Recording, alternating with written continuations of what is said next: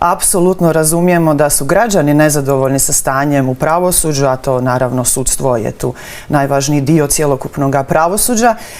Mi također dijelimo to nezadovoljstvo. Mi iznutra koji vidimo kako je sustav posložen, u kojim uvjetima mi radimo, evo mi doista želimo građanima reći mi smo nezadovoljni, mi isto želimo zaustaviti ove negativne trendove.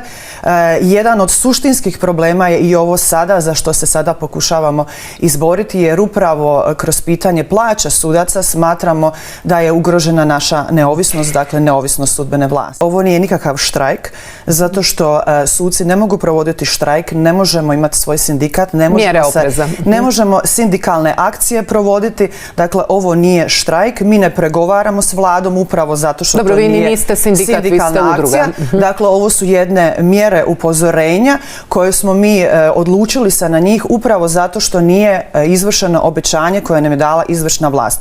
To obećanje, podsjetit ću, javno je rečeno. Dakle, to je potpuno neupitno da će se svi suci pojaviti na poslu i svi suci će sve vrijeme mjera će biti na poslu i radit će druge poslove.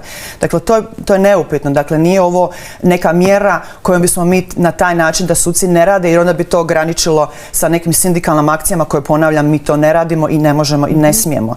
Dakle, ono što je odlučeno na koji način će se mjere provoditi, da će se u svim prvostupanjskim i drugostupanjskim predmetima odgoditi sve radnje, osim u hitnima u kojima bi mogla nastati nenadoknadiva šteta.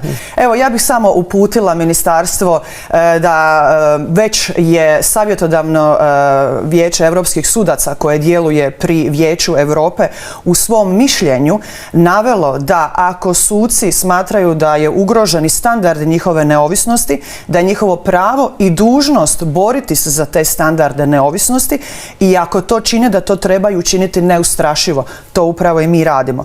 Isto to se može pročitati i u presudi Europskog suda za ljudska prava u predmetu Žurek protiv Poljske. Pa evo, to je nešto što je već bilo predmet razmatranja pred Europskim sudom za ljudska prava, tako da evo, uputila bi za one koje više zanima da pročitaju tu presudu. U ovom trenutku još nije dogovoren sastanak niti sa ministrom, niti sa premijerom. Mi smo otvoreni za daljnje razgovore, dapače, to stalno naglašavamo i sad ću ponovo iskoristiti priliku da naglasim, ako se postigne konstruktivan dogovor do ponedjeljka, mjera neće biti. Ako se postigne konstruktivan dogovor tijekom sljedeća 2 tjedna, mjere će se zaustaviti. Dakle, sva odgovornost je na izvršnoj vlasti, jer oni su ti koji ne žele ispuniti obećanje, prema tome odgovornost je na njima, oni mogu zaustaviti ove mjere. Sigurno nije odgovornost na nama sucima koji samo tražimo ono što je obećano. Evo, još bih jedanput istaknula, mi ne tražimo ništa novo, ništa drukčije od onoga što je već dogovoreno sa izvršnom vlašću i što su nam već obećali da će ispuniti do kraja 2023. godine. Jedino što oni jesu ispunili, to je prvi korak. Taj prvi korak je bilo nakon 14 godina prvi put povećanje osnovice i određenih koeficijenata. To povećanje je iznosilo 13% povećanja osnovice, a ja bih samo skrenula pažnju da prema Eurostatu inflacija u 2023. godini je iznosila 7,4%, u 2022. godini je iznosila 10,7%, prema tome mi pričamo o inflaciji u te 2 godine od 18%, a povećanju osnovice plaća sudaca u prvi put nakon 14 godina u 2023. godini od 13%. Pa evo, nadam se da je sada matematički vrlo jednostavno razumljivo da naša povišica od 13% nakon 14 godina je već pojedena sa inflacijom samo u zadnje 2 godine koja je iznosila preko 18%. Nama je nerazumljivo kako oni ne mogu izvršiti svoje javno dano obećanje. Mi se tome isto čudimo. Što se tiče izjava od strane izvršne vlasti da prvo trebaju riješiti službeničke plaće i njihova prava, ne vidim na koji način je povezano suci kao pravosudni dužnosnici i službenici u smislu plaća. To su 2 potpuno odvojena zakona.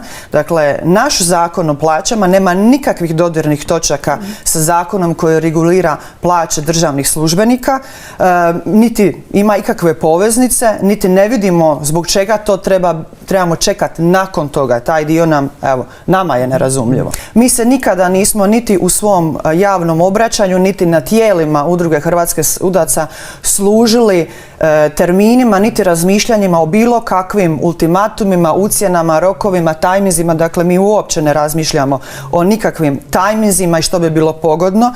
Dapače, evo, već smo to nekoliko puta rekli, mi smo krenuli razgovarati o ovoj temi sa Ministarstvom pravosuđa i uprave još 22. godine, pa smo i onda dali priliku da se dogovorimo da oni ispoštuju ono što su spremni bili u tom trenutku. Pa smo postigli dogovor u svibnju 23. pa smo i tada imali razumijevanja da ne mogu odmah riješiti sve, nego da do kraja 23. koji su sami sebi odredili taj rok, pa smo i to imali razumijevanja, pa smo i to čekali.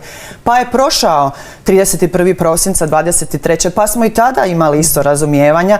Pa evo, moramo u jednom trenutku reći, razgovor treba biti konstruktivan, a ne samo da razgovaramo bez ikakve konstruktivnog rješenja onoga što je obećano. Mi smo uvijek otvoreni za dogovore, mi čekamo poziv iz ureda premijera, zato što nakon što je održan sastanak sa premijerom i ministrom krajem prosinca, premijer je obećao da za 15 dana će biti sljedeći sastanak. Čekamo ga.